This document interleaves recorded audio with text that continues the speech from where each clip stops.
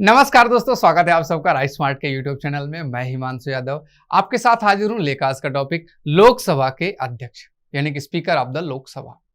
लोकसभा हमारे देश में जो भी जनता है वो अपने प्रतिनिधि चुनकर भेजती है ताकि उसके लिए नियम कानून बनाए जा सके, उनकी सुरक्षा की व्यवस्था की जा सके।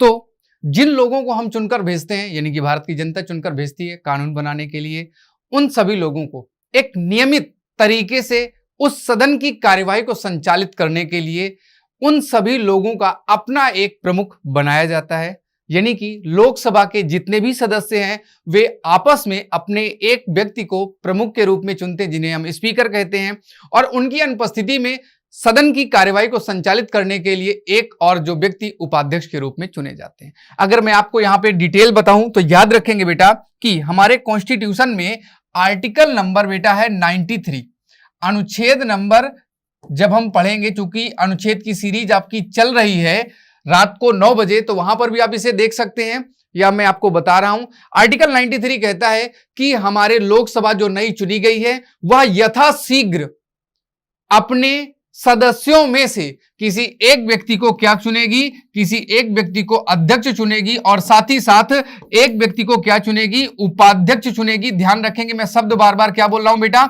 चुनेगी, अर्थात इनका इलेक्शन होता है। तो आज की क्लास में मैं आपको बताऊंगा कि हमारे देश में शुरुआत से लेकर अब तक कितने अध्यक्ष हो चुके हैं, उनकी जानकारी आज की क्लास में लेंगे। किस लोकसभा तक उन्होंने अपना पदभार संभाला। आपने सुना भी होगा कि जब हम लोकसभा भंग करते हैं तो अध्यक्ष अपने पद को त्यागता नहीं है जब तक कि नई बैठक शुरू नहीं हो जाती है। हाँ, इसके त्याग पत्र के बारे में आर्टिकल नंबर 94 में जानकारी है। फिलहाल मैं आपको लेकर चलता हूं आगे और आज आपको दिखाता हूं कि हमारे लोकसभा के अध्यक्षों के नाम। तो पहले हम यहां पे देखते जाएंगे, लोकसभा यहां पे बेटा लिखा हुआ, इसका मतलब पहली जो लोकसभा थी उसमें 2 लोगों ने अध्यक्ष के रूप में कार्य किया। पहले अध्यक्ष थे जीवी मावलंकर। अगर आपसे क्वेश्चन पूछा जाए लोकसभा के पहले अध्यक्ष कौन थे, हम बताएंगे गणेश वासुदेव मावलंकर यानी कि जीवी मावलंकर।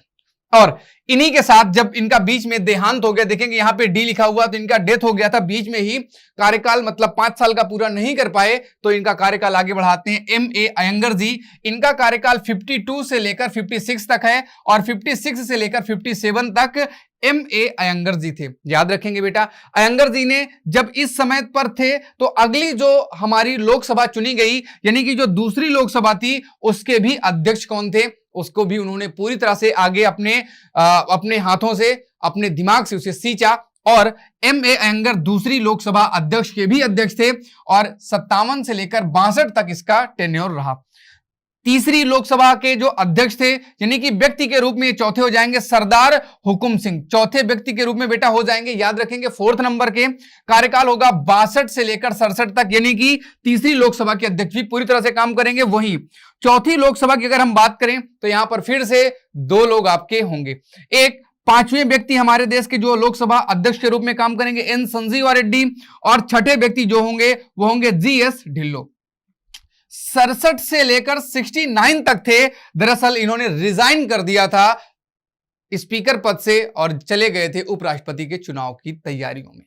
तो इनके बाद जो आगे का कार्यकाल संभालते हैं 69 से लेकर 71 तक, वो हो जाते हैं GS ढिल्लो। याद रखेंगे 6 लोग अब तक आपने लोकसभा अध्यक्ष देख लिए, जबकि 4 लोकसभाएं ही अब तक हो चुकी हैं, चौथी लोकसभा चल रही थी। इसके बाद बेटा आते हैं हम 5वीं लोकसभा में, और जब हम 5वीं लोकसभा देखते हैं तो जो पीछे आए थे कुछ दिनों के लिए वो यहां भी कार्यकाल को आगे बढ़ाते हैं।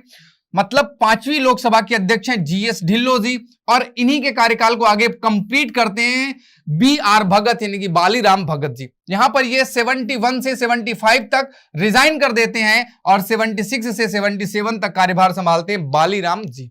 अगर आपसे पूछा जाए कि जब इमरजेंसी लगाई गई थी तो अध्यक्ष कौन थे, GS ढिल्लो जी 75 में, आपको याद रखना है। आगे बात करें तो ये हमारे हैं 6ठी लोकसभा, और 6वीं लोकसभा में एन संजीवा रेड्डी फिर से आ जाते हैं। एक बार फिर से याद रखेंगे ये 2 बार और गैप कर करके लोकसभा के अध्यक्ष बने थे, और इस बार इन्होंने रिजाइन किया था 77 में, क्योंकि इनको क्या लड़ना था, चुनाव अब आ गया था राष्ट्रपति लड़ने का समय। इनके जब इन्होंने रिजाइन कर दिया तो KS हेगड़े जी आए और 77 से 80 तक 3 साल तक ही रहे।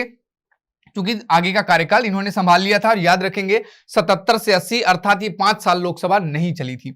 7वीं लोकसभा के अध्यक्ष थे बलराम जाखड़ जी और 80 से 85 तक थे जब तक कि अगली नहीं आ जाती। तो याद रखेंगे 7वीं लोकसभा के अध्यक्ष बलराम जाखड़ जी थे और इसके बाद 8वीं लोकसभा के अध्यक्ष फिर से बलराम जाखड़ जी रहेंगे और ये 85 से 89 तक अर्थात 2 बार का पूरा कार्यकाल। और आप यहां पे देख सकते हैं कि सबसे लंबा जो समय है वो भी किसके पास जाता है, बलराम जाखड़ जी के पास जाता है। 80 से 89 तक ये लगातार रहे, यानी कि 9 साल से ज्यादा का समय इन्होंने लोकसभा में अध्यक्ष के रूप में बिताया।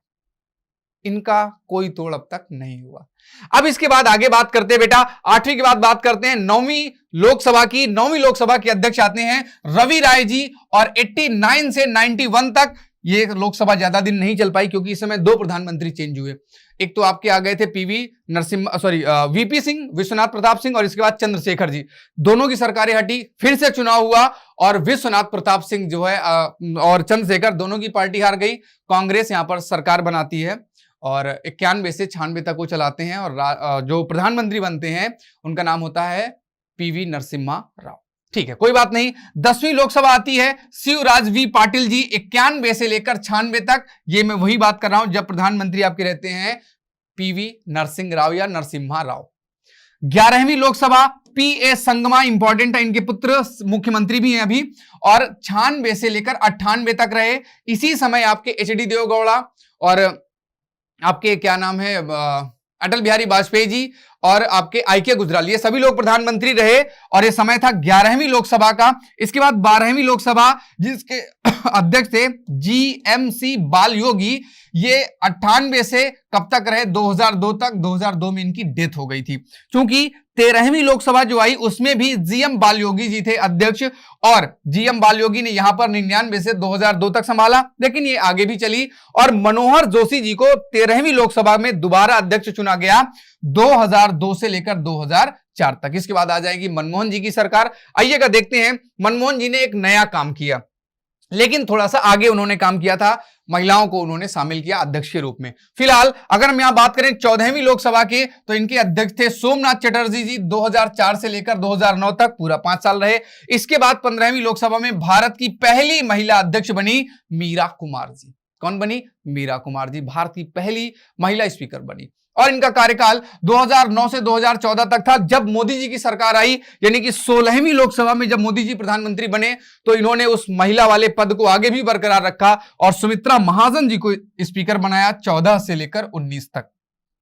वर्तमान में बेटा 17वीं लोकसभा चल रही है और 17वीं लोकसभा के अध्यक्ष राजस्थान से ओम बिरला जी हैं वर्तमान में, और ये 2019 से 2024 तक चलेगी। उसके बाद भी हो सकता है ये आगे हो जाए, लेकिन फिलहाल का स्टेटस तो यही है। और जाने से पहले अगर काम की बातें मिली हैं तो वीडियो लाइक जरूर करें और कमेंट करके बताएं कौन सी बात और आपको जाननी है। पूरी की पूरी प्लेलिस्ट कंप्लीट है, बहुत सारा डेटा मैं दे चुका हूं पॉलिटी का। कुछ भी पढ़ना है सर्च करें, टॉपिक का नाम डालें, हिमांशु यादव डालें या फिर राइस स्मार्ट पॉलिटी डालें, वो चीज जरूर आपको मिल जाएगी। फिलहाल इस सेशन में आज के लिए इतना ही। Tata bye bye, take care.